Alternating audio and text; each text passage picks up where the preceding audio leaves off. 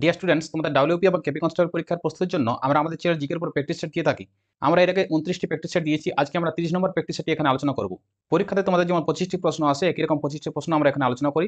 প্রশ্নগুলো প্রথম থেকে শেষ পর্যন্ত দেখো এবং কতগুলো করতে পারছো অবশ্যই কমেন্ট বক্সে কমেন্ট করে জানাও। তো চলো আজকে প্রশ্নগুলো কি এসে দেখা যাক। প্রথম প্রশ্ন, নিচের কোন ভারতীয় রাজ্যটির উপকূল এলাকা নেই? ভারতের মোট 28টি রাজ্য আছে, এদের মধ্যে কোন কোন রাজ্যে উপকূল এলাকা নেই? অপশন বি, রাজস্থান রাজ্যে কোনো উপকূল এলাকা নেই।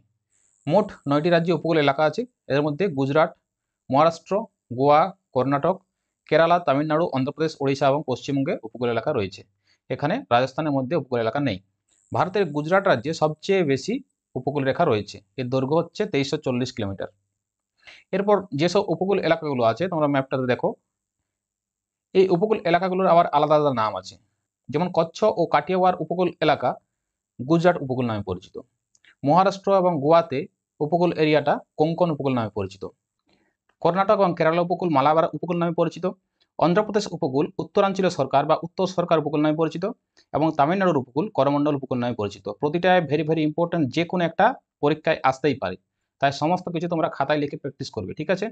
চলো 2 নম্বর কি আছে, ভারতের প্রথম সংবাদপত্র কোনটি? ভারতে যদি প্রথম সংবাদপত্র বলা হয় তাহলে সেটি হয়ে যাবে হিকির বেঙ্গল গেজেট, হয়ে যাবে ভারতের প্রথম সংবাদপত্র। কিন্তু যদি বাংলা সংবাদপত্র প্রথম বলা হয় তাহলে সেটি হবে সমাচার দর্পণ। প্রথম সংবাদপত্র সেটা 1780 সালে 29শে জানুয়ারি অগাস্টাস হিকি প্রকাশ করেন। ভারতের প্রথম বাংলা সংবাদপত্র যেটা সমাচার দর্পণ, এটি 1818 সালে 23 মে প্রকাশিত হয়েছিল। কে প্রকাশ করেছিলেন? জন ক্লার্ক মার্সম্যান এর সম্পাদক ছিলেন, ঠিক আছে? বাংলা ভাষায় প্রথম মাসিক সাময়িক পত্র যদি বলা হয়, মাসিক সাময়িক পত্র বলতে ম্যাগাজিন, যদি ম্যাগাজিন বলা হয় তাহলে সেটা হয়ে যাবে দিগদর্শন। এটাও এই ক্লার্ক মার্সম্যান প্রকাশ করেছিলেন, এটাও 1818 সালে। আর যদি বাংলা ভাষায় প্রকাশিত প্রথম দৈনিক সংবাদপত্র বলা হয় তাহলে সেটি হয়ে যাবে সংবাদ প্রভাকর। এই যে চারটি বললাম, এই চারটি তোমরা ভালো করে খাতায় লিখে রাখো, যে কোনো একটা আসবেই, ঠিক আছে? যদি সংবাদপত্র থেকে দেয় এই চারটার মধ্যেই আসবে। এবং এই সংবাদ প্রভাকর এর সম্পাদক ছিলেন ঈশ্বরচন্দ্র গুপ্ত, এটাও পড়ে যায় পরীক্ষায়, ঠিক আছে? আর হিন্দু পেট্রির একটা পত্রিকা আছে, এইটা বিখ্যাত এই কারণে কারণ এখানে নীল চাষের যেসব ব্যাপারগুলো ছিল, নীল চাষিদের দুর্দশা, সেই দুর্দশা নিয়ে লেখা হতো, এই জন্য হিন্দু পেট্রিয়ার পত্রিকাটি বিখ্যাত, ঠিক আছে? এর সম্পাদক ছিলেন, প্রথম সম্পাদক ছিলেন গিরিশচন্দ্র ঘোষ শুরুর সময়। পরবর্তীকালে হরিশ্চন্দ্র মুখোপাধ্যায়ের আমলে তিনি বেশি নীল চাষের নিয়ে লেখালেখি করতেন, এই জন্য হরিশ্চন্দ্র মুখোপাধ্যায় খুবই পরিচিত হয়েছিলেন। তিনি ছিলেন যদিও দ্বিতীয় সম্পাদক। চলো 3 নম্বর কি আছে, সর্বরাজচ্ছেদা উপাধি কোন সম্রাট গ্রহণ করেন? সর্বরাজচ্ছেদা উপাধি গ্রহণ করেন সম্রাট সমুদ্রগুপ্ত, যাকে ভারতের নেপোলিয়ন বলা হতো, কারণ তার সামরিক যে দক্ষতা সেজন্য তাকে সব রাজার বিনাশকারী বলা হতো, ঠিক আছে? তিনি শাসন করেছেন 335 খ্রিস্টাব্দ থেকে 380 খ্রিস্টাব্দ পর্যন্ত। সমুদ্রগুপ্তের অন্যান্য উপাধিগুলি হচ্ছে বিক্রমঙ্ক এবং কবিরাজ। গুপ্ত সাম্রাজ্যের যদি প্রতিষ্ঠাতা বলা হয় তাহলে তিনি হবেন শ্রীগুপ্ত।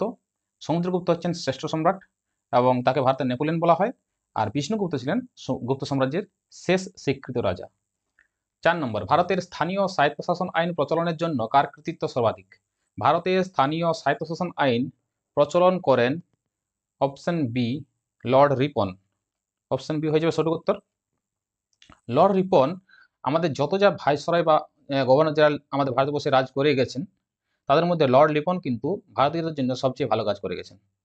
লর্ড রিপন স্থানীয় স্বায়ত্তশাসনের জনক বলা হয়, তিনি 1882 সালে এই আইনটি প্রবর্তন করেন। তিনি 1880 থেকে 1884 সাল পর্যন্ত ভাইসরয় ছিলেন। তার আমলে ভার্নাকুলার প্রেস অ্যাক্ট, যেটা লাগু হয়েছিল লর্ড লিটনের আমলে, এটি তার আমলে বাতিল হয়ে যায় 1882 সালে। ভার্নাকুলার প্রেস অ্যাক্ট তোমাদের আগে আমি বলেছি, প্রেসের মুখ বন্ধ করে দেওয়ার একটা চেষ্টা ছিল লর্ড লিটনের আমলে, কিন্তু সেটা বন্ধ করে দেন এই লর্ড রিপন। 1885 সালে তিনি বঙ্গীয় প্রজাসত্ব আইন নিয়ে আসেন, যাতে জমির ভাড়া সংক্রান্ত সমস্যাটা মেটানো যায় চাষিদের। এছাড়া ইলবার্ট বিল 1883 সালে তিনি নিয়ে আসেন। এতে কি হয়, ভারতীয় বিচারকরা ইউরোপীয় যেসব বন্দীগুলো থাকে, যারা অপরাধীরা থাকে, তাদের বিচারটা ভারতীয়রা করতে পারবে, এটা ইলবার্ট বিলে বলা ছিল, এটা তিনি নিয়ে আসেন। এছাড়াও লর্ড রিপনের আমলে 1881 সালে প্রথম কারখানা আইন প্রণয়ন করা হয়। বন সংরক্ষণ প্রচেষ্টাকে সমর্থন করা হয়। তার এই 4 বছরের আমলে তিনি খুব ভালো কাজ করে গেছেন, এই জন্য ভারতবাসীর বুকে তিনি চিরস্মরণীয় হয়ে আছেন। তামিলনাড়ুতে তাকে স্মরণ করে লর্ড রিপন এঙ্গাল আপ্পান, অর্থাৎ লর্ড রিপন আমাদের পিতা, তামিলনাড়ুতে বলা হয়। তিনি এতটাই ভারতবাসীর মনে জায়গা করে নিয়েছিলেন, ঠিক আছে? আর ভাইসরয়দের মধ্যে সবচেয়ে খারাপ বলা হয় লর্ড রিটনকে। কেন বলা হয় সেটা আমি আগেও বলেছি, পরবর্তীকালে যখন হবে তখন আলোচনা করা যাবে, ঠিক আছে? 5 নম্বর, বাংলাতে এশিয়াটিক সোসাইটি কে স্থাপন করেন? বাংলাতে এশিয়াটিক সোসাইটি স্থাপন করেন option B William Jones. William Jones 1784 সালে 15 জানুয়ারি কলকাতায় এটি প্রতিষ্ঠা করেন। কারণ কি ছিল এশিয়াটিক সোসাইটির প্রতিষ্ঠা করার? একটি কারণ, সেটা হচ্ছে প্রাচ্য বিষয়ে গবেষণা করা এবং পড়াশোনা করা। ঠিক আছে। 6 নম্বর, 1917 সালে কোন আন্দোলনের মাধ্যমে নীল চাষিরা তাদের সমস্যার কথা তুলে ধরে? 1917 সালে অপশন এ চম্পারণ সত্যাগ্রহের মাধ্যমে নীল চাষিরা তাদের সমস্যার কথা তুলে ধরে। 1917 সালের চম্পারণ সত্যাগ্রহ মহাত্মা গান্ধীর প্রথম ভারতবর্ষের বুকে কোনো আন্দোলন ছিল। তিনি 1915 সালে ভারতবর্ষে আসেন, তারপর গোটা ভারতবর্ষে ভ্রমণ করেন। পরবর্তীকালে তিনি 1917 সালে চম্পারণের সত্যাগ্রহ করেন এবং ভারতবর্ষের বুকে একজন অন্যতম নেতা হিসেবে উঠে আসেন।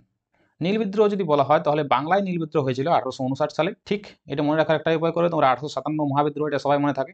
মহাবিদ্রোহের ঠিক পরপর 2 বছর পরেই এই নীল বিদ্রোহ সংঘটিত হয় বাংলার বুকে। এখানে দুজন প্রধান নেতা ছিলেন দিগম্বর বিশ্বাস এবং বিষ্ণুচরণ বিশ্বাস। এগুলো মনে রাখবে, নদিয়ার দিগম্বর বিশ্বাস ও বিষ্ণুচরণ বিশ্বাস পরীক্ষায় তোমাদের এসেছে, তাই ভিভিআই। ঠিক আছে। গান্ধীজির প্রথম আন্দোলন 1917 চম্পারণ, এটা ভিভিআই পরীক্ষাতে আসে। গান্ধীজির প্রথম আন্দোলন হচ্ছে চম্পারণ সত্যাগ্রহ, দ্বিতীয় আন্দোলন হচ্ছে আহমেদাবাদ মিল স্ট্রাইক, তারপর হচ্ছে খেদা। পরপর 3টি আন্দোলন গান্ধীজির। 1920 থেকে 22 হচ্ছে অসহযোগ, তাহলে এটা 4 নম্বর হবে। 7 নম্বর, দেহের সবচেয়ে বড় লসিকা গ্রন্থি কোনটি? দেহের সবচেয়ে বড় লসিকা গ্রন্থি হচ্ছে প্লিহা। অপশন সি হয়ে যাবে সঠিক উত্তর। প্লিহা বা স্প্লিন হয়ে গেল সবচেয়ে বড় লসিকা গ্রন্থি। প্লিহা পেটের উপরের বাম দিকে, পাঁজরের নিচে অবস্থিত। কাজ হচ্ছে রক্ত পরিশোধন এবং রোগ প্রতিরোধে সহায়তা করা। 8 নম্বর, মেন্ডেলীয় দ্বিসংকর জননের বহিরঙ্গের অনুপাত হলো? দ্বিসংকর জননের বহিরঙ্গের অনুপাত হলো অপশন এ 9:3:1। এটা কি? এটা হচ্ছে মেন্ডেলের যখন দ্বিসংকর জননের পরীক্ষাটা করা হয় তখন সেখানে 2 রকমের অনুপাত পাওয়া যায়, জিনোটাইপ এবং ফিনোটাইপ। বহিরঙ্গ হচ্ছে ফিনোটাইপ অনুপাত, ফিনোটাইপ অনুপাত হচ্ছে 9:3:3:1। যখন দুটি ভিন্ন বৈশিষ্ট্য যুক্ত জীবকে একসাথে সংকর ঘটানো হবে তখন কি অনুপাতে তার মধ্যে কি পরিবর্তন দেখা দেবে, সেটাই হচ্ছে এর অনুপাতটা।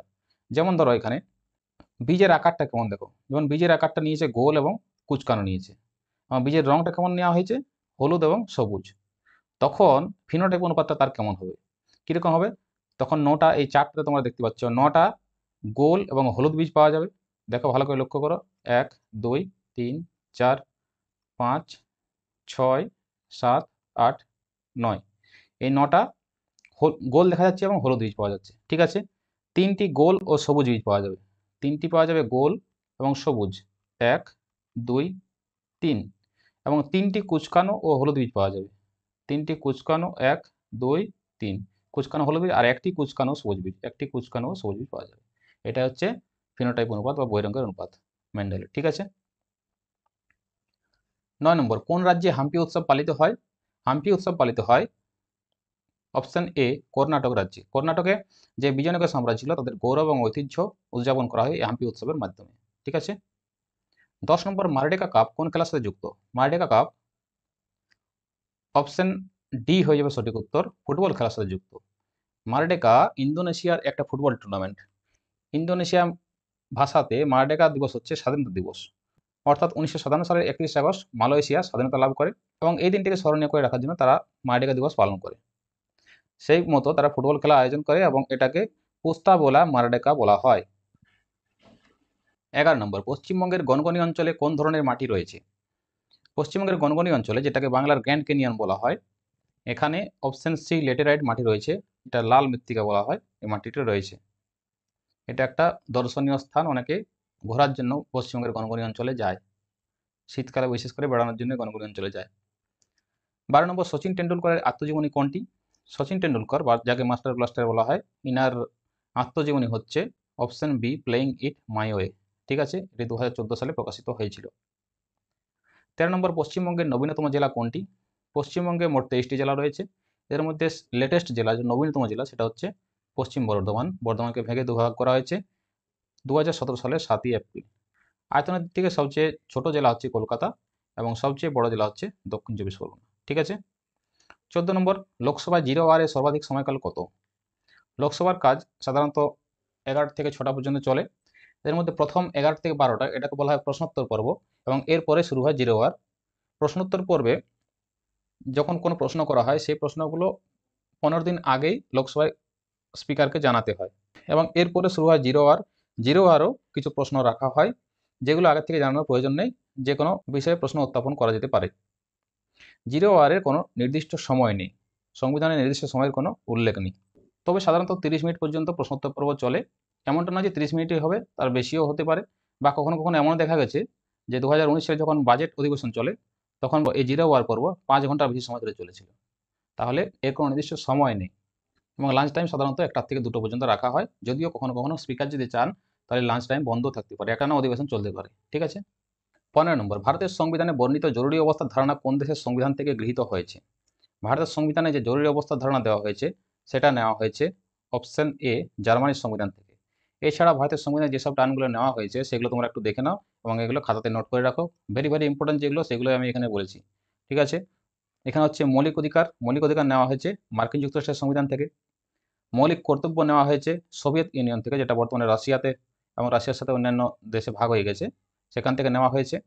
ডিপিএসপি নেওয়া হয়েছে, নির্দেশমূলক নীতি নেওয়া হয়েছে আয়ারল্যান্ডের সংবিধান থেকে। সংবিধান সংশোধনের ধারণা নেওয়া হয়েছে দক্ষিণ আফ্রিকার সংবিধান। আর সংসদীয় ব্যবস্থা পার্লামেন্টারি সিস্টেম এটা নেওয়া হয়েছে ব্রিটেন থেকে, যুক্তরাজ্য থেকে। ঠিক আছে, এগুলো ভেরি ভেরি ইম্পর্টেন্ট। চলো 16 নম্বর কি আছে, ভারতের প্রথম পঞ্চবার্ষিক পরিকল্পনা কত সালে শুরু হয়? প্রথম পঞ্চবার্ষিক পরিকল্পনা শুরু হয় 1951 সালে, অপশন সি হয়ে যাবে সঠিক উত্তর, এবং এটি চলেছিল 1956 সাল পর্যন্ত। প্রথম পঞ্চবার্ষিক পরিকল্পনার মডেলটি ছিল হ্যারাড ডোমার মডেল, এটা পরীক্ষায় প্রশ্ন আসে। ঠিক আছে। এবং এই পরিকল্পনায় মূলত ভাকরা নাগাল বাঁধ, হীরাকুদ বাঁধ, দামোদর উপত্যকা যেটা ডিভিসি এর মতো বড় বড় সেচ প্রকল্পগুলো নেওয়া হয়েছিল। ঠিক আছে। 17 নম্বর, একটি চুম্বক দণ্ডকে উত্তপ্ত করা হলে কি ঘটে? চুম্বক দণ্ডকে যদি উত্তপ্ত করা হয় তাহলে তার চুম্বকত্ব আস্তে আস্তে কমে যায়, অপশন ডি হয়ে যায় সঠিক উত্তর। এবং একটা সময় যদি আরো উত্তপ্ত করতেই থাকা হয় তাহলে সেটা চুম্বকত্ব হারিয়ে যায়। কারণটা হচ্ছে উত্তাপের ফলে চুম্বকের অণুগুলির কম্পনটা বেড়ে যায় এবং চুম্বকের যে মেরুর বিন্যাস সেগুলো এলোমেলো হয়ে যায়। 20 পয়েন্ট বা 20 তাপমাত্রা হচ্ছে সেই তাপমাত্রা যে তাপমাত্রায় চুম্বকটার চুম্বকত্ব নষ্ট হয়।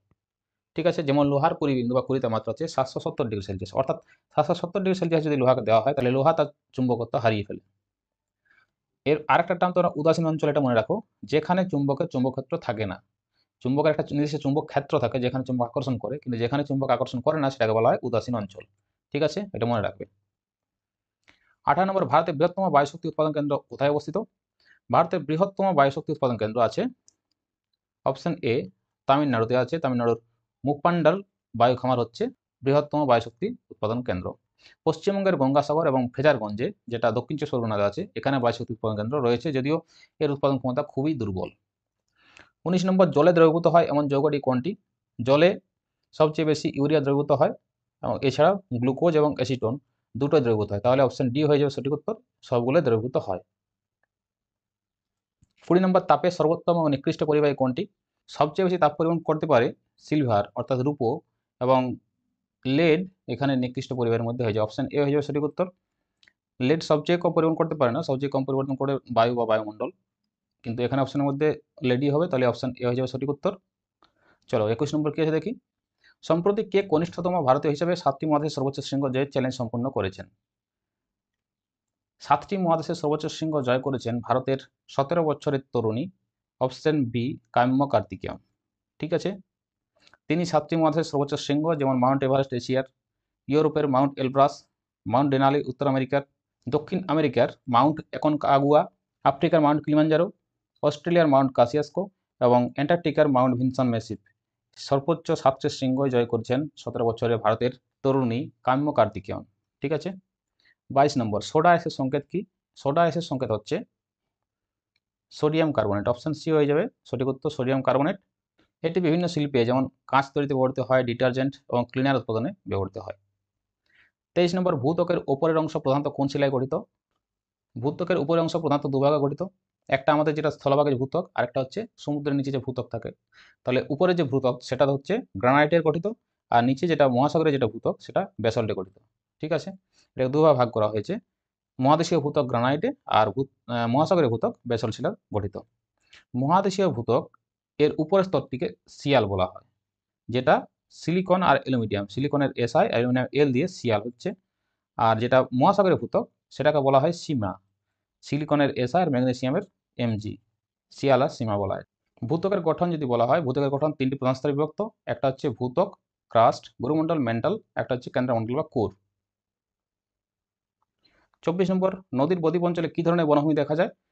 নদীর বদ্বীপ অঞ্চলে অপশন সি ম্যানগ্রোভ অরণ্য দেখতে পাওয়া যায়। এই বনভূমি লবণাক্ত পরিবেশে পাওয়া যায় এবং লবণাক্ত পরিবেশে যেসব গাছগুলো জন্মায় যেমন সুন্দরী, গোরান, গেওয়া, হেতাল, কলকাতা, কেওড়া, এইসব গাছগুলো দেখতে পাওয়া যায়। সবচেয়ে বড় যদি ম্যানগ্রোভ বন বলা হয় তাহলে সেটি হচ্ছে সুন্দরবন। তোমরা জানো এটি বঙ্গোপসাগর তীরে গঙ্গা, ব্রহ্মপুত্র, মেঘনা নদীর বদ্বীপে গড়ে উঠেছে এই ম্যানগ্রোভ বন। 1987 সালে সুন্দরবনকে ওয়ার্ল্ড হেরিটেজ সাইটে স্থান দেওয়া হয়েছে এবং 2009 সালে এটিকে রামসার সাইটেও স্থান দেওয়া হয়েছে।